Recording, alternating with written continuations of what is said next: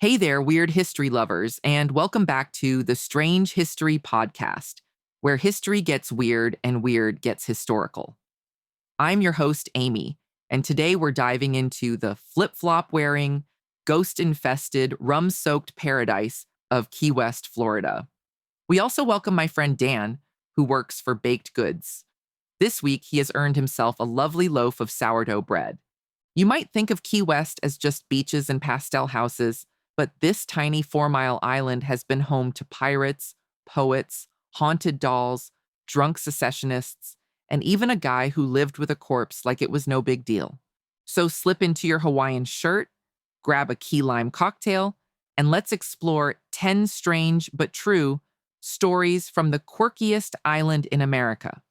The main story of this episode involved the literary legend and cat lover extraordinaire Ernest Hemingway and the polydactyl pirates of Key West. Ernest Hemingway was a man of many talents: writer, adventurer, big game hunter, war correspondent, deep-sea fisherman, and drinker of truly Herculean proportions. But perhaps one of his most unexpected legacies lingers not in libraries or war journals, but on four paws, padding around a lush estate in Key West, a colony of six-toed cats. Let's rewind to the 1930s.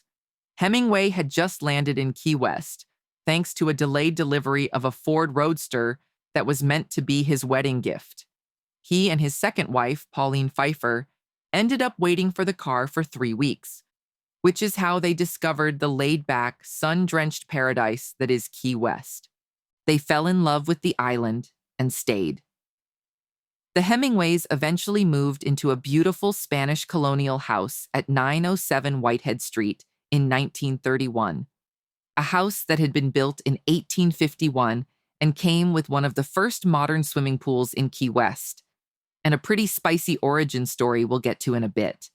Now to the paws with extra claws.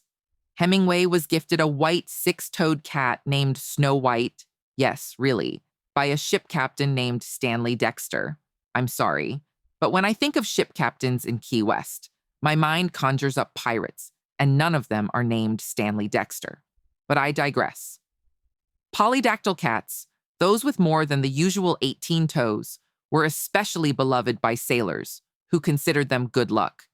Their extra toes supposedly helped them balance better on ships during rough seas. Hemingway, who adored the sea almost as much as the written word, was enchanted. Snow White wasn't just a novelty pet. She was the matriarch of a feline dynasty. Over the years, her many-pawed progeny multiplied, lounged on sun-drenched balconies, napped on antique furniture, and strutted through the garden like they owned the place, which, in a way, they still do.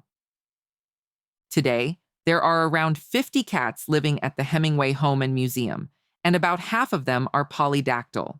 Some have 6 or even 7 toes on each paw. They're still referred to as Hemingway cats, and they all carry that mystical bloodline from old Snow White. Cat names and cat drama, because felines are very dramatic creatures. The cats at the Hemingway home are named after famous celebrities. Think Audrey Hepburn, Humphrey Bogart, Liz Taylor, and yes, even Ernest Hemingway himself. It's a tradition that dates back decades and continues today, in the same tongue-in-cheek spirit Hemingway might have appreciated. And if you're wondering, yes, the cats roam freely.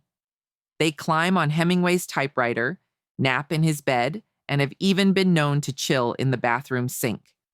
They are not caged, leashed, or limited in any way, though they are well cared for by a dedicated team of staff and veterinarians. There was even a legal kerfuffle in the early 2000s when the U.S. Department of Agriculture tried to regulate the cats as an exhibit under the Animal Welfare Act.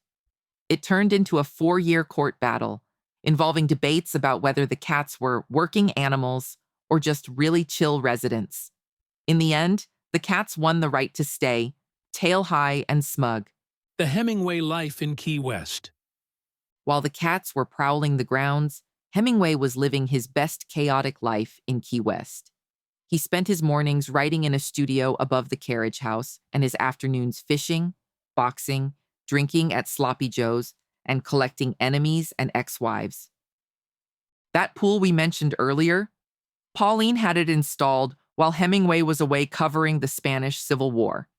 It cost $20,000 at the time, a small fortune, and when Hemingway returned, he was furious. Legend has it he pulled a penny from his pocket, slammed it into the wet cement, and declared, "Pauline, you've spent my last red cent." You can still see that penny today embedded near the pool. Hemingway's island inspiration. Many of Hemingway's most famous works, like To Have and Have Not, The Green Hills of Africa, and For Whom the Bell Tolls, were written, drafted, or brainstormed while he lived in Key West. It's said the island's unique blend of salty air, tropical heat, and eccentric characters inspired the vibrancy and grit of his storytelling. And through it all, the cats were there, curled in corners, watching birds from the veranda, purring on Hemingway's lap as he wrote into the early hours. Legacy of the Hemingway cats. Today, the Hemingway cats are a quirky cornerstone of Key West's tourist scene.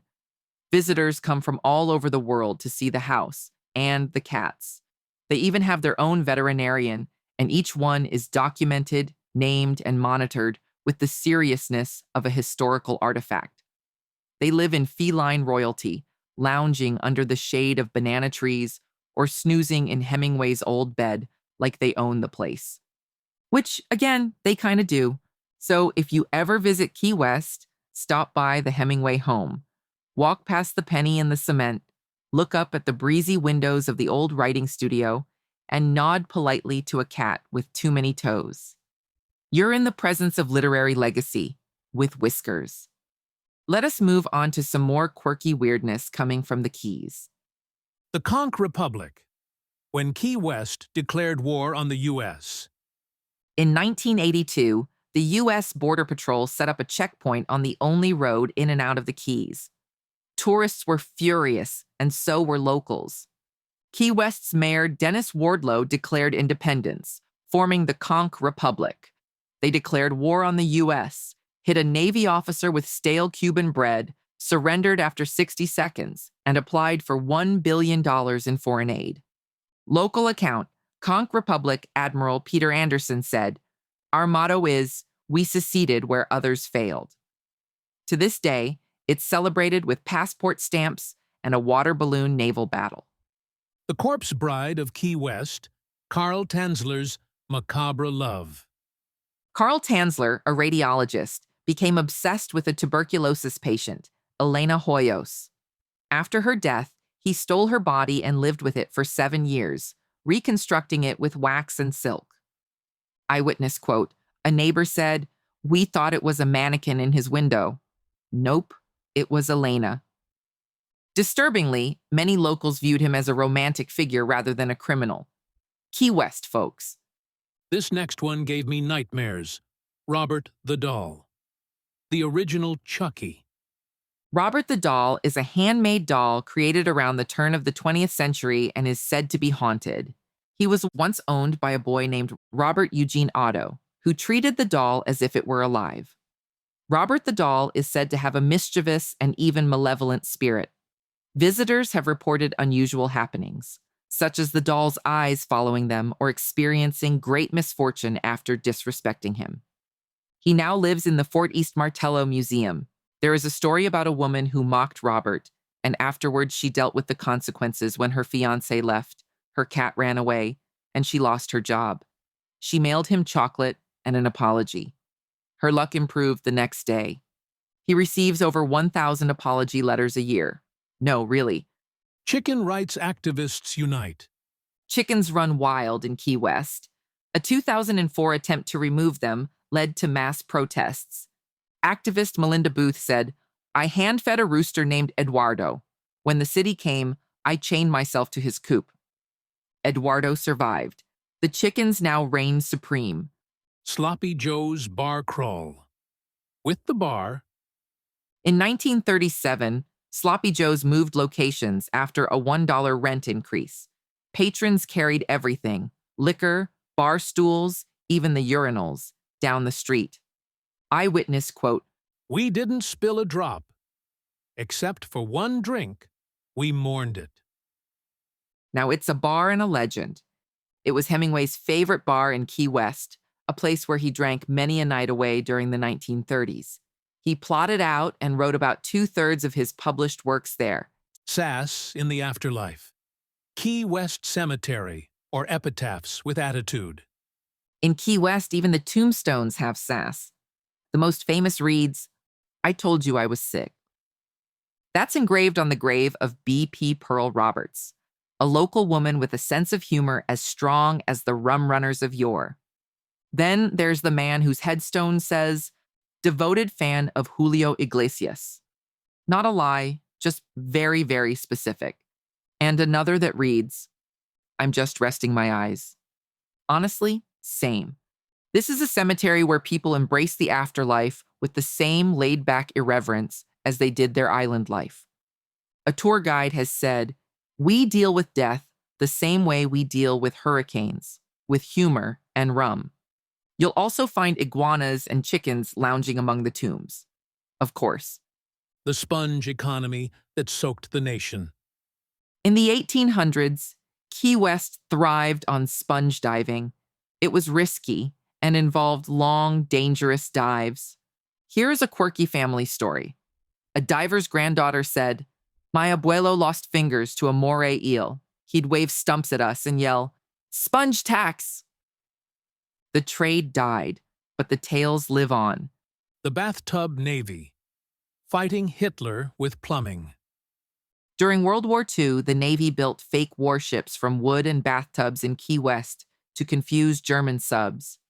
A veteran was quoted as saying, "The ships wouldn't float, but they looked real if you squinted and were drunk." Not exactly D-Day, but hey, they tried. Key lime pie. The sacred dessert. I must make a note to request this as payment for the next podcast Amy ropes me into. Noted, Dan. Key lime pie is deadly serious business. Must be yellow, never green, and never, ever topped with meringue. When Miami claimed credit, locals threw pies at a cutout of the Miami chef. "Felt good," said local baker Sheila Warner. In 2006, Florida named it the official state pie. Battle won. So there you have it. Ghosts, pies, secession, and chickens with lawyers. Key West is where history gets strange and never apologizes. This episode is dedicated to Amy's friend Amy. Yes, there are two of them. Yes, you can feel sorry for me. Thank you, Amy, for the recommendation for this episode. You rock, sister. Don't forget to subscribe, leave a review, and maybe send Robert the Doll a thank you card, just to be safe. This was the Strange History Podcast. I'm Amy. Until next time, stay weird.